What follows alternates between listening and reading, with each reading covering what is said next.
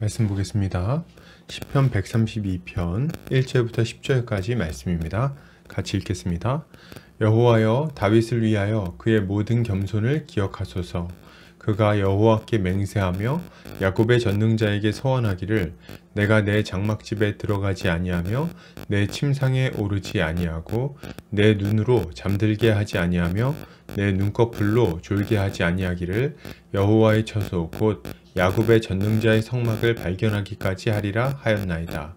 우리가 그것이 에브라다에 있다 함을 들었더니 나무밭에서 찾았도다. 우리가 그의 계신 곳으로 들어가서 그의 발등상 앞에서 엎드려 예배하리로다. 여호와여, 일어나사 주의 권능의 교회와 함께 평안한 곳으로 들어가소서. 주의 제사장들은 의를 옷 입고 주의 성도들은 즐거이 외칠지어다. 주의 종 다윗을 위하여 주의 기름 부음 받은 자의 얼굴을 외면하지 마옵소서. 아멘.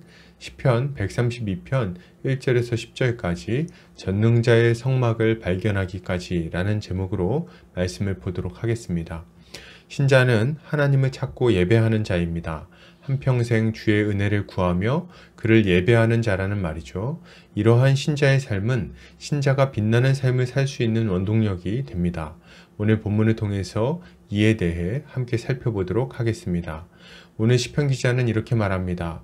그가 여호와께 맹세하며 야곱의 전능자에게 서원하기를 내가 내 장막집에 들어가지 아니하며 내 침상에 오르지 아니하고 내 눈으로 잠들게 하지 아니하며 내 눈꺼풀로 졸게 하지 아니하기를 여호와의 처소 곧 야곱의 전능자의 성막을 발견하기까지 하리라 하였나이다. 시편 기자는 하나님께 다윗의 모든 겸손을 기억하시기를 간구합니다. 다윗은 하나님께 서원하기를 하나님의 성막을 발견할 때까지는 집에도 들어가지 않고 침상에도 오르지 않을 것이며 잠들지 않고 졸지도 않을 것이라고 말합니다. 이것은 그가 하나님의 성막으로 나아가서 하나님을 예배하고자 하는 열심을 보여주는 표현이죠. 다윗은 하나님을 만나기를 간절히 바랍니다. 그분을 예배하고 그분의 다스림을 받기를 원하는 거죠. 왜요? 참된 왕이신 하나님의 다스림을 받을 때에야 비로소 이스라엘의 평강이 있을 것임을 알기 때문에 그렇습니다. 여러분, 신자는 우리 인생의 참된 왕이 되시는 하나님의 다스림을 간절히 사모하며 말씀을 통해 그를 찾고 찾아야 합니다. 우리는 하나님을 만나기를 간절히 바라야 됩니다. 왜요? 하나님을 만날 때 우리의 인생은 비로소 질서를 찾을 수 있기 때문에 그렇습니다. 주님을 만나기 전에는 우리가 아무리 노력해도 인생의 균형을 잡을 수가 없습니다. 평강을 찾을 수가 없어요. 고통에서 벗어날 수도 없습니다. 전쟁 같은 인생이 끊임없이 펼쳐질 뿐입니다. 그렇기에 우리는 우리의 왕을 찾고 또 찾아야 합니다. 주를 만나서 그의 진리의 말씀을 통해 인생의 해답을 발견하기까지 우리는 게으르지 않아야 되는 거예요. 말씀을 듣고 말씀을 묵상해야 됩니다. 누군가는 이런 말을 하면 이렇게 반응합니다. 맨날 말씀과 기도냐? 교회에서 할 줄 아는 말은 그거밖에 없냐? 왜 이렇게 반응할까요? 말씀과 기도의 능력이 없다고 생각하기 때문입니다. 말씀을 봐도 인생의 해답이 나오지 않는다고 생각하기 때문이죠. 그거 해봤는데 인생이 잘 풀리지 않았다. 이런 얘기를 하는 거겠죠. 그런데 저는 도리어 묻고 싶습니다. 정말 말씀의 능력이 없나요? 정말요? 얼마나 보셨길래 그렇게 확신을 가지십니까? 다윗은 자신이 주님을 만나기까지 집에도 들어가지 않고 잠자지도 않고 졸지도 않고 그렇게 주님을 찾았다고 고백합니다. 우리에게는 이런 열심이 있습니까? 이런 사모함이 있나요? 주님은 약속하셨어요. 구하라, 그리하면 너희에게 주실 것이요. 찾으라, 그러면 찾아낼 것이요. 문을 두드리라, 그러면 너희에게 열릴 것이니. 이것을 믿고 주를 구하고 찾고 두드리는 성도님들 되시기를 바랍니다. 계속해서 보겠습니다. 시편 기자는 이렇게 말합니다. 우리가 그것이 에브라다에 있다 함을 들었더니 나무밭에서 찾았도다. 우리가 그의 계신 곳으로 들어가서 그의 발등상 앞에서 엎드려 예배하리로다. 시편 기자는 성막을 발견합니다. 그들은 그것이 에브라다에 있다고 들었는데 나무밭에서 찾았다고 말하죠. 찾고 찾던 주님을 드디어 발견한 겁니다. 그리고 그들은 이제 하나님이 계신 곳에 들어가서 그의 발등상 앞에서 엎드려 예배하겠다고 고백하죠. 이것은 주님을 만난 자들이 하나님을 참된 왕으로 인정하고 겸손히 예배하는 모습을 보여줍니다. 여러분, 신자는 우리 주 예수 그리스도를 참된 왕으로 인정하고 그를 예배해야 됩니다. 우리는 많은 경우에 하나님을 믿지 않는 사람들이 우상을 숭배하는 것과 같은 모습으로 하나님 앞에 나아가곤 합니다. 무슨 말일까요? 하나님을 우리의 소원을 들어주는 램프의 지니처럼 여긴다는 말입니다. 하나님이 누구신지, 그분이 우리를 위해서 하신 일은 무엇인지, 또 우리에게 무엇을 명령하셨는지에 대해서는 그다지 관심이 없습니다. 우리의 마음에 있는 것은 내 소원뿐이에요. 내가 원하는 것에 집중하고 있는 한 우리는 그를 참되게 예배한다고 말할 수 없습니다. 우리가 분명히 알아야 될 것은 무엇입니까? 하나님은 램프의 거인처럼 나타나서 무엇을 원하십니까? 이렇게 묻는 우리의 하인이 아니십니다. 도리어 그분은 우리의 예배를 받기에 합당하신 참된 왕이요 주가 되십니다.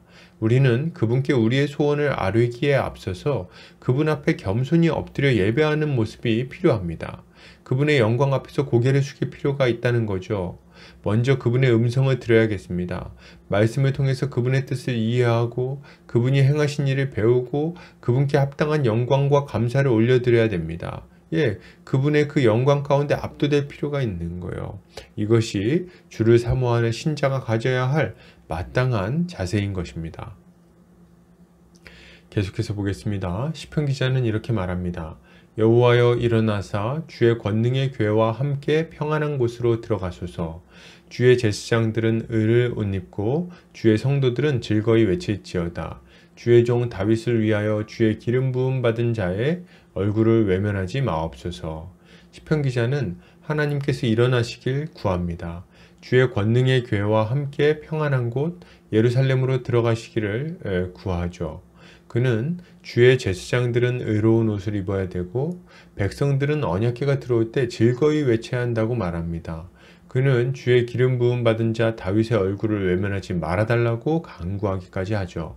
이것은 언약궤가 예루살렘 성으로 들어올 때 그때의 장면을 생각나게 합니다. 다윗은 7걸음마다 하나님께 제사를 드리고 그 앞에서 춤을 추며 기뻐합니다. 왜 이렇게 기뻐하고 즐거워할까요?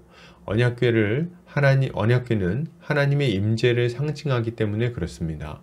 언약궤가 예루살렘 성에 들어온다는 것은 이스라엘의 참된 왕이신 하나님께서 이스라엘의 중심에 좌정하시고 하나님의 백성들을 통치하신다는 것을 확실하게 보여줍니다. 다윗은 왕이었지만 참된 왕이 계심을 알았어요. 그렇기에 그는 언약궤가 들어올 때 그 앞에서 기뻐 뛰는 수밖에 없는 거죠. 여러분, 신자는 예수 그리스도의 통치를 받을 때 참된 안식과 기쁨이 있음을 알고 그분의 다스림을 받으며 살아야 합니다. 우리는 원래 우리 인생의 중심에 우리 자신을 놓고 살아가는 자들이에요.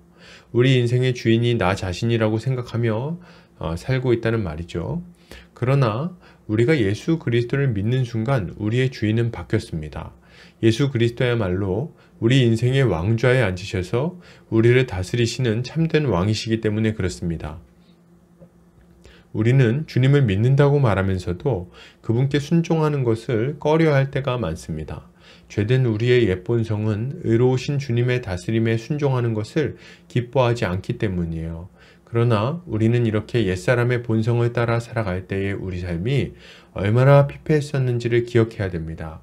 그것은 미련을 가질 만한 삶이 아닙니다. 우리는 그런 삶을 버리고 오직 하나님의 다스림을 받아야 돼요. 그분이 우리의 왕좌에 앉으실 때 우리의 인생은 질서 있고 의로우며 빛나는 인생이 될 것입니다. 여러분, 주님의 통치를 받읍시다. 그분을 우리 마음의 중심에 모셔드립시다. 그렇게 할 때 주님이 우리의 삶을 온전히 바꾸어 주실 것입니다. 결론을 드립니다. 여러분, 신자는 우리 인생의 주인이 되시는 하나님을 간절히 찾고 구해야 됩니다. 그분 앞에 예배하며 그의 다스림 가운데 살아가야 되겠어요. 이렇게 할 때 우리의 삶은 빛나는 삶이 될 것입니다. 오늘도 주의 은혜로 승리하는 성도님들 되시기를 주의 이름으로 축복합니다.